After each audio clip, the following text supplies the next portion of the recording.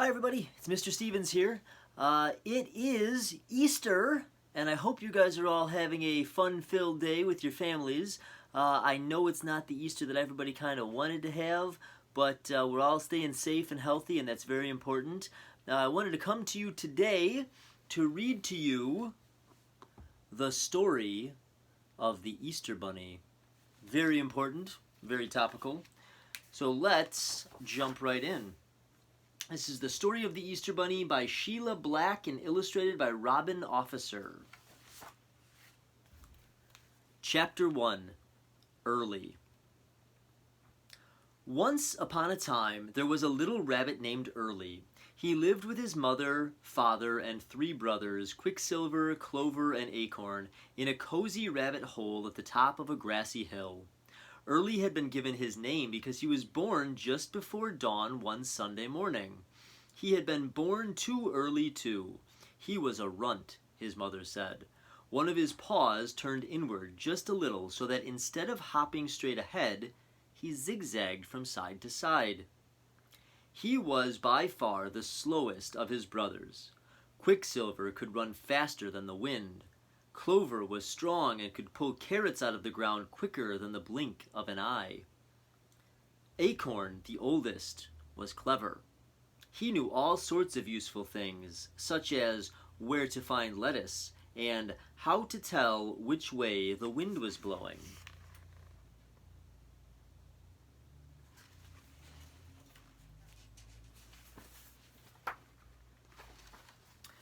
But Early was just Early.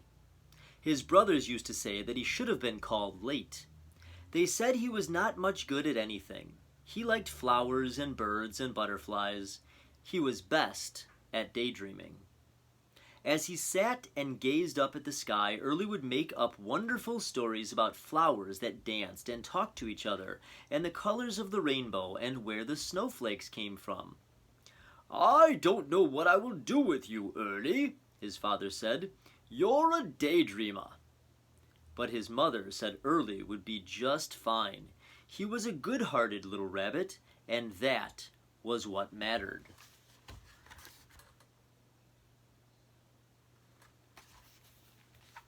Early liked making up stories. He liked listening to stories. His Aunt Sophia was a famous storyteller. In the evening, all the rabbits of the grassy hill used to gather around her. She would tell stories about faraway lands, strange animals, and magic happenings. Early loved all her stories, but his favorite was the story of the Easter Bunny. There really was an Easter Bunny. All the young rabbits had heard about him. He was the most famous rabbit of all. Every year, on Easter Sunday, he traveled the world bringing eggs to all the children. Aunt Sophia had actually seen the Easter Bunny once when she was young. Early made her tell about it over and over again. It had happened just after sunrise one Easter morning. Aunt Sophia had gone out very early, and she had seen him on the horizon. He had been just a flash of white on the hillside, for the Easter Bunny was the fastest rabbit in the world. But she had seen that he was carrying a basket filled with eggs that gleamed like jewels.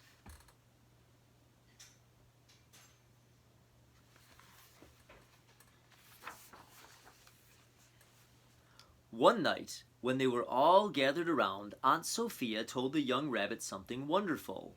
When the Easter Bunny grew old and tired, she said, he chose a new Easter Bunny from among the best of all the rabbits in the world. Quicksilver, Clover, and Acorn lifted their heads proudly. They were surely among the best young rabbits in the world. But Early just looked at the ground. The best? He wasn't the best at anything. Then Aunt Sophia asked all the young rabbits what they would like to be when they grew up. Quicksilver said he would like to be the fastest. Clover said he would like to be the strongest. Acorn said he wanted to be the cleverest rabbit in all the world. Aunt Sophia nodded. She turned to Early and asked, "What about you?" Early's ears turned pink. I would like to be the Easter Bunny, he whispered shyly. He had not meant to say it. It had just popped out. Everyone laughed. You? They cried. Why, you're just the slowest. You're the weakest. The Easter Bunny doesn't just sit on a hillside and look up at the sky. He's the fastest rabbit in the world. You could never be the Easter Bunny. Early's ears turned an even brighter pink.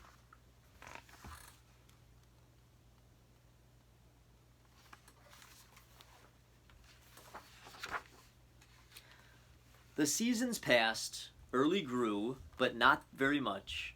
Everyone agreed that he was rather small for a rabbit who was almost grown up.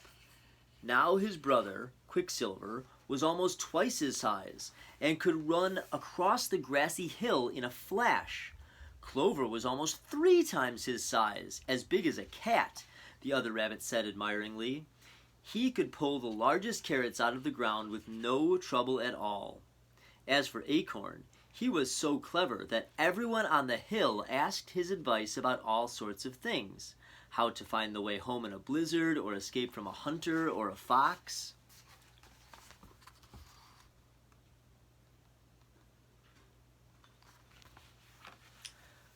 But people just laughed at Early.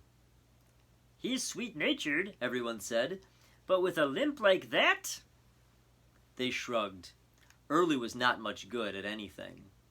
In the mornings he could be seen sitting, watching everything. In the springtime, he looked at the first leaves that appeared on the trees and saw the tiny shoots of grass grow up out of the ground. In the summer, he smelled the heather and watched the sleepy dragonflies gather over the pond at the bottom of the hill. In the fall, he watched the birds fly south and the leaves change from green to red to gold. He was often lonely, for the other rabbits seemed to be growing up and doing new things, but for Early, nothing changed.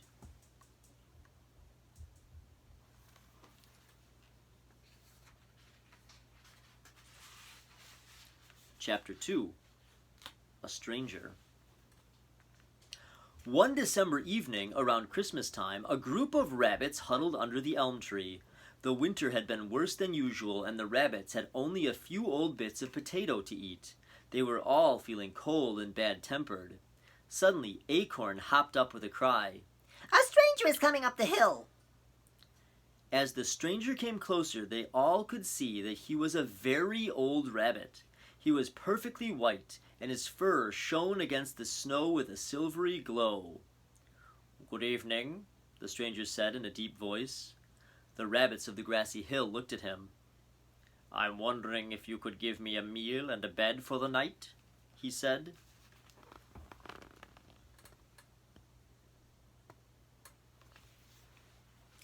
Now the rabbits could see that he was shabbily dressed. His blue jacket had seen better days. His ears flopped over as though he were very, very tired. Who are you and where do you come from? Quicksilver asked rather sternly. The stranger shrugged. "I'm a stranger," he replied. "I mean no harm. I've been traveling a long way." "That's no business of ours," Acorn said in his most grown-up tone of voice. "I'm afraid we cannot help you. We barely have enough food for ourselves." The other rabbits nodded in agreement.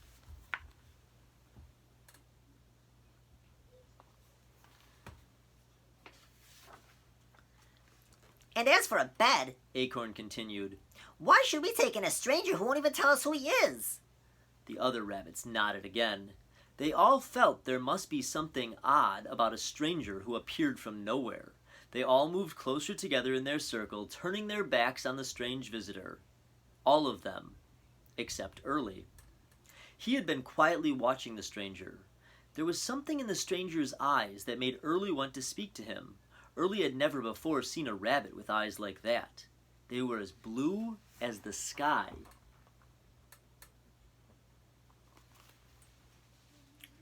"Excuse me," Early began, hopping forward a step or two.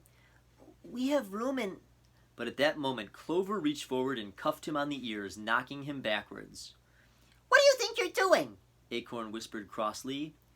"Do you always have to be so different?" Quicksilver hissed. And they stepped in front of Early and glared at the stranger, who turned and hopped away into the icy night. As soon as the stranger left, it began to snow. The rabbits gathered together, forming a tight circle against the sharp wind. The snowflakes fell more and more heavily.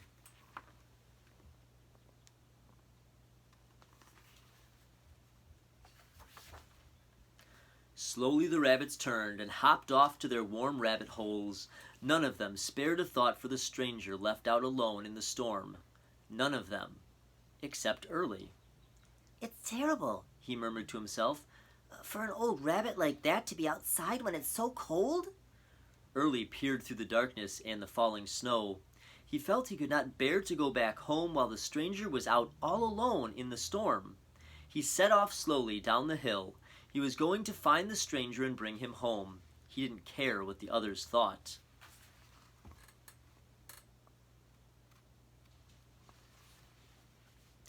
The wind whipped the snow into white clouds around him. The branches of the trees creaked and groaned. Early struggled down the hillside. The woods at the bottom of the hill were silent except for the moan of the wind. All the animals had taken shelter from the storm. Early hopped along as quickly as he could. The snow was falling so hard that he began to wonder how he would ever find the stranger. He kept going. He had never been so far from home before. Not alone. He looked around, but none of the trees looked familiar. He was sure he was lost in the terrible storm.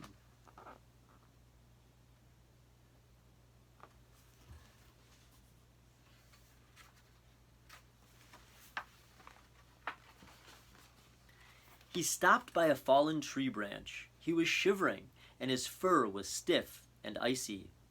I'll never find the stranger, he murmured to himself, and how will I ever find my way home? Just then, he thought he saw something move across the snow. Hello? He cried. Hello? Hello? He thought he could hear an answering cry. Then he saw a pair of eyes moving towards him. The eyes drew closer. Early ran forward as fast as he could. It was the old rabbit, the stranger, and he was shaking with cold. It's you, Early cried. I've been looking for you everywhere. Early was not certain that he would be able to find his home again, but with the stranger beside him, he just seemed to know the way. They went slowly through the storm to the warmth and safety of Early's rabbit hole.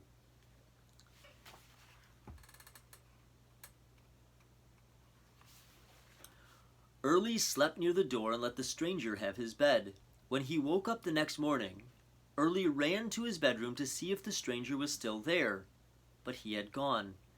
Early asked his brothers about the stranger, but they all just stared at him. You know he left last night, they told him. Why would he have come back again? They did not know that Early had brought the stranger back to the rabbit hole. Early did not understand why the stranger had left without saying goodbye. Sorrowfully, he went back to his room. He pushed open the door. There, on the freshly made bed, he saw a small package wrapped in brown paper. "To Early," he read on the card, "from a friend." He tore the paper off the package. Inside was a small egg made of green stone. The color was deep and fresh, like the first spring grass. The green egg glinted in the light. Early did not want to tell anyone about the stranger's gift. The egg gave him a special feeling that was his alone. Carefully, he wrapped it up again and hid it under his mattress. Sometimes, when no one was looking around, he would take it out and look at it. It reminded him of spring and summer and days when the world was green and bright.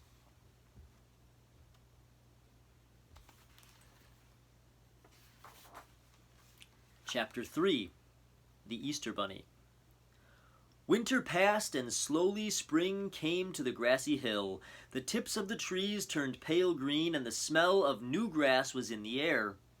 Soon after the first flowers bloomed, some exciting news came to the rabbits of Grassy Hill. A messenger, dressed very finely, came and read a proclamation. "The Easter Bunny has decided that he is too old to perform his duties anymore. He is choosing a new Easter Bunny to succeed him."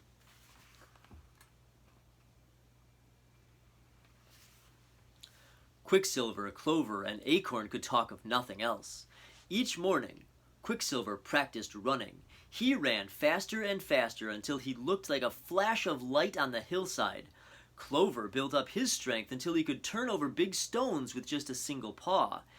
Acorn spoke to all the wise old rabbits. He was trying to improve his knowledge so that he would be the cleverest young rabbit in the world. Early, however, just continued to be polite and to offer help wherever it was needed. When his work was done, he sat under the elm tree and made up stories. Sometimes the younger rabbits asked him to tell them his stories, which they loved. And though he was still rather shy, he did. He hoped that one of his brothers might be the new Easter Bunny. They were so talented, he was sure one of them would be chosen. March came, then April. Quicksilver could outrun all the other rabbits, even ones from the next hill. Clover was without question the strongest rabbit around, and everyone agreed that Acorn was awfully clever. Any one of them would make certainly a good Easter Bunny, the rabbits of the hill said proudly. No one thought of Early.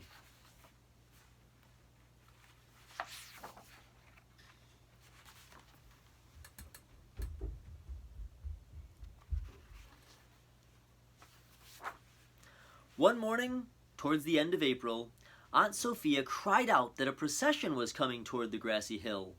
As all the rabbits gathered and looked on, a group of finely dressed rabbits came climbing up the hill. At their head was a very noble rabbit indeed. The rabbits of the hill whispered to each other that it could be none other than the Easter Bunny himself. His silver-white fur gleamed in the sunlight. His waistcoat was the color of new grass. His jacket was sky blue. In his paw he carried a silver basket filled with colored eggs of all kinds.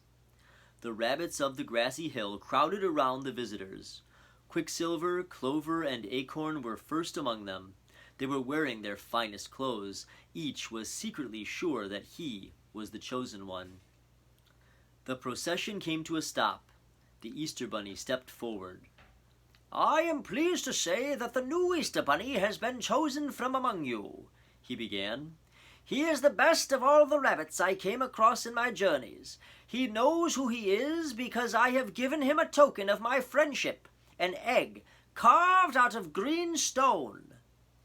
The rabbits looked at each other in confusion. None of them had ever seen an egg like that. There was a long silence.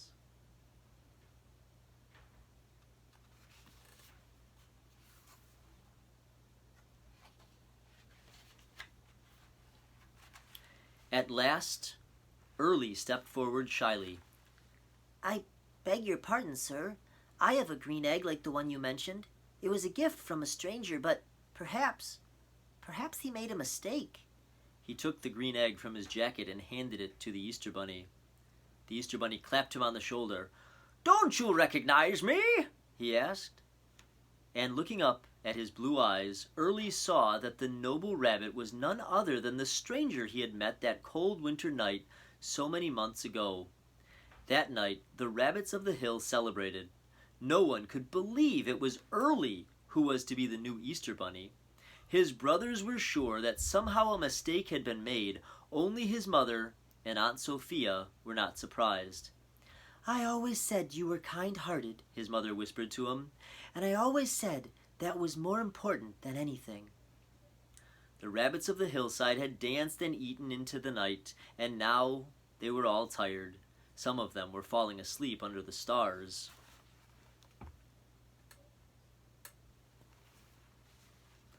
Early was looking up at the sky.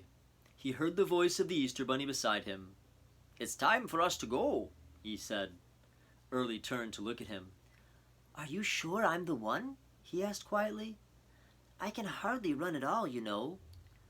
"It doesn't matter," the Easter Bunny answered. "You're the one." He reached over and touched Early on the shoulder with his silver cane, and suddenly, Early felt his legs and paws starting to tingle. He felt as though he could run as fast as anything. He looked sadly at the grassy hill, but he knew he had to go. The two rabbits set off together on the hillside. At first, Early was slightly slower than the Easter Bunny, but after a moment or two, he drew even with him. They ran faster and faster until they were no more than a flash of white on the hillside. The rabbits of the grassy hill watched them go with a happy feeling in their hearts.